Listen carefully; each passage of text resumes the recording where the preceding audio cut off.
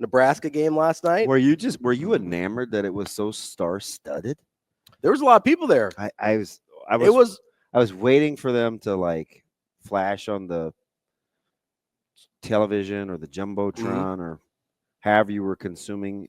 Like you were just going to run down and talk to Zach Taylor. Maybe sit on his lap. Knew me. Scoot the kids over. Only if he had Joe Burrow with him. Man crush. You know, I'm a big Joe Burrow guy. Yeah. I love Joe Burrow. Yeah. No, it was super cool. They did the Coach Cook kind of honoring at the first media timeout. I will say, maybe this was my perception. I think the ovation for DBK was louder than the one for Cook. I'm sure it was, and the one for Cook was loud. And I didn't think she was gonna embrace it. Yeah, right? She looked like she was pretty cool at first, and then when she threw the hands up, it was like, well, and Cook did it too. Like, so he's kind of trotting out, and then does one of these to the crowd. And the place went nuts. As soon as he put his hands up, the place went nuts. Were you going to ask him for his coat? That was kind of a sick That thing was kind of sweet. Yeah. I don't know if I would like wear it. I would probably just like keep it as a collector. Yeah. That Joker was coat. nice. Yeah. Yeah. I was like trying to figure out. I was like, where did he get that from? No, that was a super cool moment though. And I had this because we see when new football coaches get hired, right? They get trotted out the basketball game all the time. I go, how many places in the country get this type of ovation for the new volleyball coach? It's not disrespectful to the current guy. It's just this is Nebraska being Nebraska, right? 100%. Like, show me some love. Show me some love. That was a pretty cool moment. A little Bernie Mac and Benny Mac or Bernie Mac. Well, this time Bernie. Okay, but that was a pretty cool moment. It was I will say there's a moment in the second half though where it really felt like Nebraska was gonna like pull another Iowa situation. Were you expecting it to be louder? I was actually. Yeah. So I'm glad you brought that up because I hear all the time. People know I'm a Creighton fan. People think I hate Nebraska because of that. I don't. But I go to dramatically more Creighton games because it's closer, right? And I've been going to Creighton games my whole life. People give Creighton crap all the time for not being loud enough. Yeah. And how much louder the vault is and all that. I'm gonna be honest. For a ranked, and maybe it was the circumstances, right? It totally was. They're coming off of a 6-game losing streak. They're kind of waiting for the other shoe to drop. It totally was. And I don't go to a lot of games at the vault, so I don't. Because they're very capable. I know, and I've been there. The only other games I've been there for, I think, are Creighton, Nebraska games. So that's my only other experience with PBA. And I was a little disappointed with the crowd noise. Come on. I was. It was a ranked team. They're up most of the game. Nebraska's up most of the game. Like I thought it would be a little more juice. You have to watch them. I know. That's exactly. No, that's what they do. That's how they play. Which is why every time we bring up Illinois, what's the one thing I say? Well, you don't trust. I don't trust Underwood. Yeah. That's why I don't trust Underwood because they play like that a lot.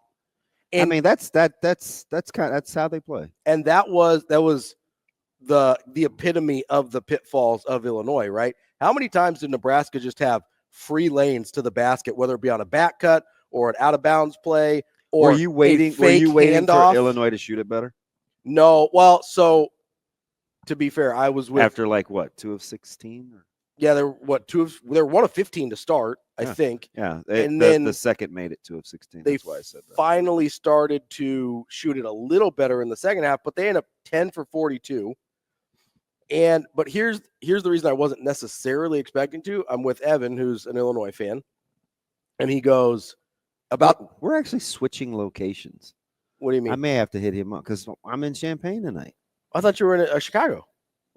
Same difference. It's 2 hours apart. Yeah, I get it. It's not the same. It's not really. It's not Champaign. We're staying at the. I think we're at the I Hotel. Okay. But the ceremony in Champaign. It's connected to the. No, it's connected. It's connected to the convention center. Oh, okay. Okay. So we just have to walk to go see Christian get his award. Yes. But he informed me, and I didn't realize this, over the last month of the season, Illinois is literally the worst 3-point shooting team in the country. Yeah. I didn't know it was that bad. Yeah. I knew they'd struggled, and my goodness, did they struggle. Okay, so thank goodness for Evan, because I was about to go in. I was. On what? because I thought you were gonna say it was more to do with No. Illinois than No. Nebraska. So I was like, okay, No, not at all. Let me hear this dude out before because I watched Illinois quite a bit. So Yes. I'm like, Illinois, but that's exactly how they play. Yes. So if you were, and I was gonna set you up. A little more turnover. So you have to, you got to watch me when I'm certainly on a Friday. I was like, oh, were you expecting them to make more threes? Because if you would have said yes, I'd have been like, well, if you'd watched them over the last month, damn it, Ravi. No, they haven't made any threes. Yeah, they have not shot the ball well. But then you would have come back, and I would have been like, oh, okay, I'll chill. You'd have been like that stopped anybody else that's played Nebraska in the last 6 games, considering they've converted 45% of their made threes against Nebraska. I do think, which is, by the way, the worst in the country. Yeah, that's astounding. But I do think Illinois in general has more capable shooters than they've shown over the last month. It's their shot selection. Shot selection is really bad. And also, people undervalue this a lot in basketball. Even if you're open, the way you get open, I think a lot of times dictates how good the shot is, right? Because when you get open off of sort of disjointed offense, I think you miss way more shots. When there's sort of a what set pieces did Illinois shock you as run? Yeah, they don't run. It doesn't. Any. It's like, hey, little dribble handoff. Kasparis, he's gonna try and create something. We've got Riley, he's gonna try and create something. Hey, Riley could be tough though. Dude, Riley's a baller. He's nice. He's his game. He looks like one of those guys. I do like him. Whose game may age better in the NBA than it does in college. Yeah. He can create his shot. He's long. He can shoot over people. He's a tough shot maker. I don't know if that's at some point he probably needs to make better shot selections. Yeah. Well, so a couple of weeks ago, it was on a Saturday or Sunday. They were playing Michigan State early. And they went to him exclusively because he had the good matchup because he's considerably bigger. He's long. He was bigger than Michigan State's backcourt, but he's a good player. I was pleasantly surprised to see Nebraska still only shoot 18 free throws. Because I think I fast forwarded this morning through main plays because I was looking for I wanted to see the block that everybody was, real time on social media. Oh, they were getting on the officials, and I was like, it's pretty clean. That's fine, but it's a bang thing. It wasn't worth posting about repeatedly on social media, though. Yeah. So I just wanted to see how egregious it was on the deal, and I think I saw a stat, and I may butcher it. I hope not, because again, I'm counting on my flipping memory here, but during the 6-game losing streak, Nebraska is only attempting 16 free throws a game. They were in the 20s before that. So immediately I thought, shoot, that's kind of what we were talking about. Attacking the basket. And being physical and the whole black beard, Polly want a cracker. What does actually being tough mean? Say what it means out loud. Yep. I think that was Nate, right? Right. Yep. Right. So, and they still only shot 18 free throws last night. Now they made 13 of them, but the guy that I wanted to be able to do that, if it's not going to be Bearcat, I told you I'd wave the white flag on that. I just don't think he's interested in doing that and being about that life. Being physical down there. Even though he's so crafty, it's like, gosh, if I knew what you were doing half the time, I would really, really kind of want to ride with you. Yeah. But Brice getting downhill and I felt being aggressive helps. Nebraska just has to figure out if Brice is going to dribble the ball, how can he still score the way you want him to? Here's what I liked about their game plan last night. How many combined threes did Brice Williams and Juwan Gary shoot? Not a ton. 2. Yeah, not a ton. Brice Williams shot 2. Juwan Gary shot 0, which that's a good number for Juwan Gary. That's what's not a good number? Raleigh Wooster shooting 7. Hey, so I walked through this scenario yesterday. I gave out. I was 1-2 yesterday on my picks, and I looked at Ravi and I go, I'm tempted. I said Nebraska fits all the criteria. I want to give it out. I think it's a lock, but I'm not going to. And then we did this mock go through the schedule. This was like a couple segments later, and he's like, "Hey, let's pick the remainder of the games." And he started with Illinois, and I go, oh, that's a Nebraska win. And I got done, and I went through, and I think I was like 8-3 or something like that. And I go, oh, I have plenty of wiggle room. He goes, but you think they'll win tonight? And I go, yeah. And he goes, well, I don't. And my first thought was, well, shoot, if I'm pretty confident that they're going to win, why wouldn't I take the 4 points? Yeah, take the points. Yeah. Right?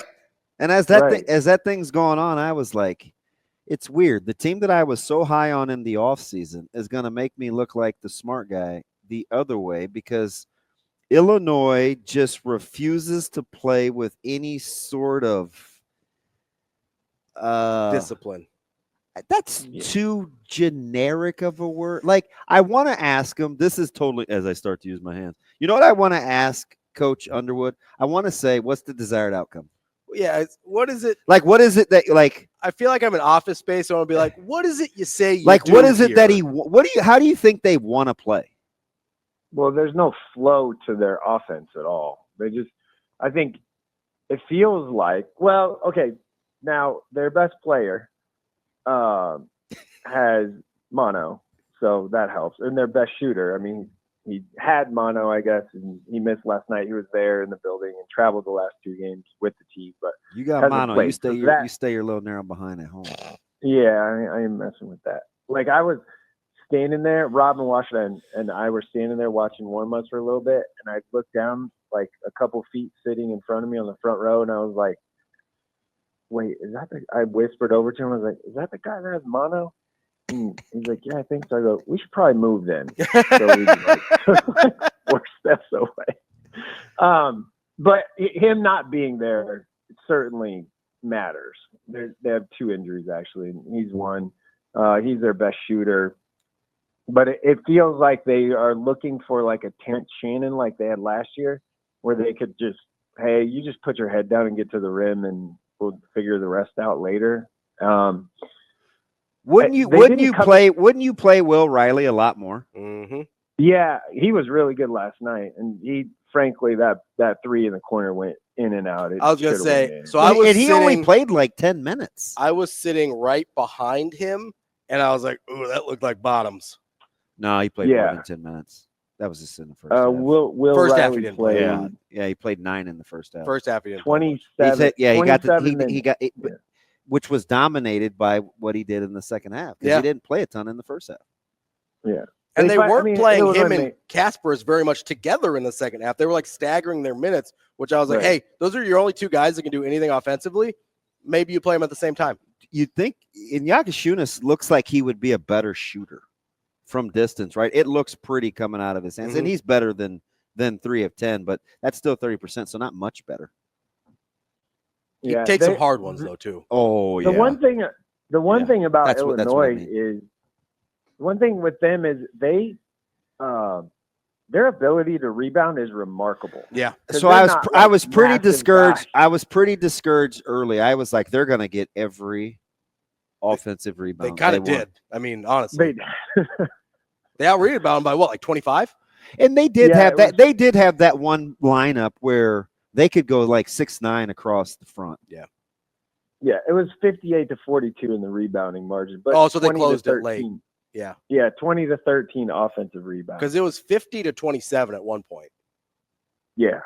Even like 20-13 offensive. Nebraska got 13 offensive rebounds. That's a lot. You know where they made it up though is the turnovers. The turnover margin was like minus 13 the other way. Yep. Yeah. Correct. It was 17-6. Yeah, so minus 11 the other way. And I know Coach Hoiberg is not listening to one word I say. But why do you think Kel Jacobson played so much? He's just trying to find an answer, man. Anybody that can. Searching. Anybody. I'd like to see him. I said this completely. I kind of like. I don't know, Mike. I think I'm biased just because of following his high school career so close. But I think I want to, for what they want to do, I think I want to see him play more. Well, he can play. He's obviously not going to like shoot the wide open 3 that he had last night, but he can play defensively. He can be the 2-3-4 or something like that. I mean, they can use him a bunch of different ways.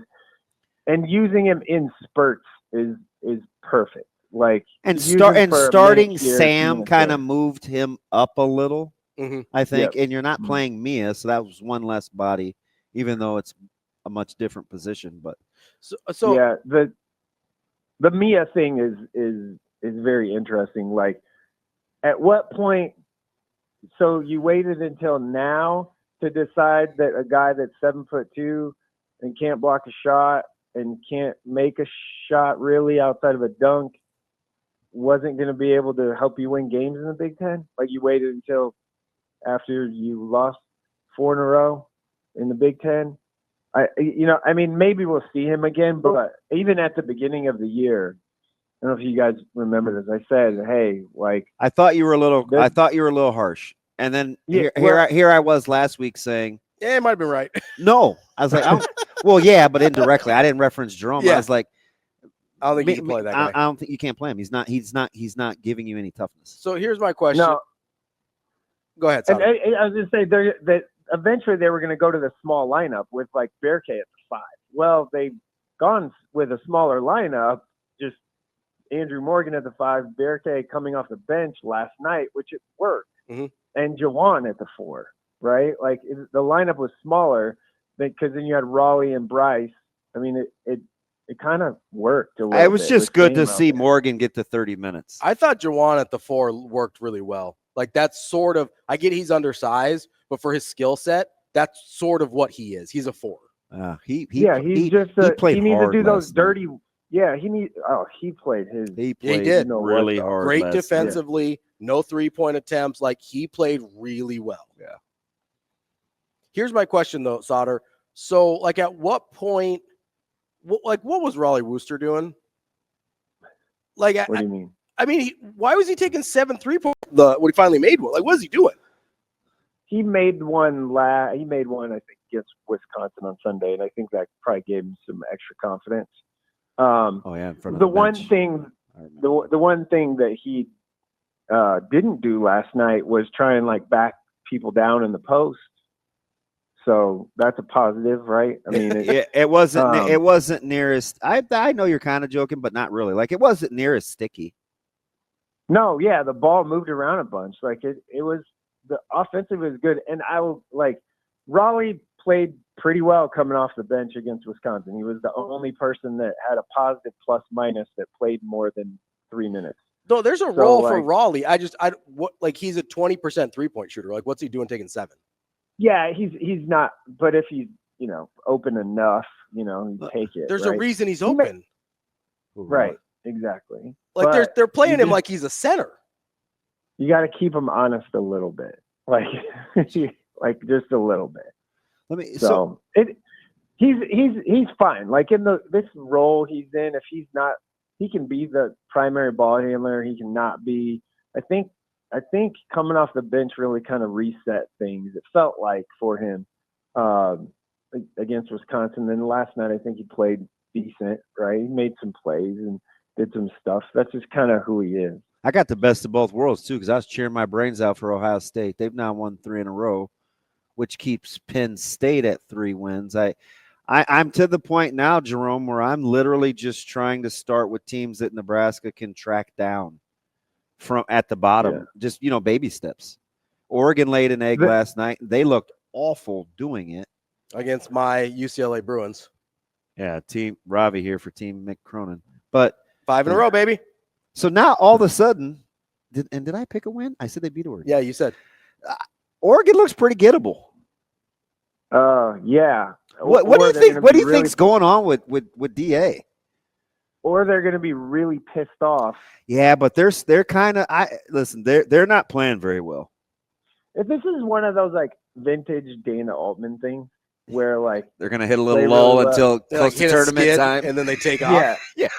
They like go in this little thing, like little bitty mini slump, like lose a couple, look terrible, and then in late March, you're like, wait, they're really good. Oh yeah, that's right, they were really good at the beginning of the year, or whatever. So it feels like it's one of those like bumpy rides, and this is just a little bump that he's on. they're still very good, and Nebraska needs to find a way to win on the road, frankly, outside of Omaha. So it's hard. Now, you want to talk about teams to track down? Ohio State is one of those. But they've won 3 in a row since the 3-game skid, though. Right, but you have an opportunity because you play them twice. Yeah.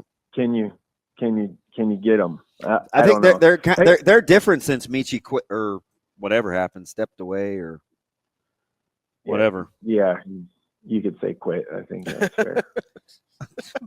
I don't know. Maybe it was like, hey, take some time away. We're talking with Mike Sautter, Hurrdat Sports, NAB Prep. I still think Ohio State's pretty good. They are. You gotta say you've been riding that Ohio State bandwagon. I think they're pretty good.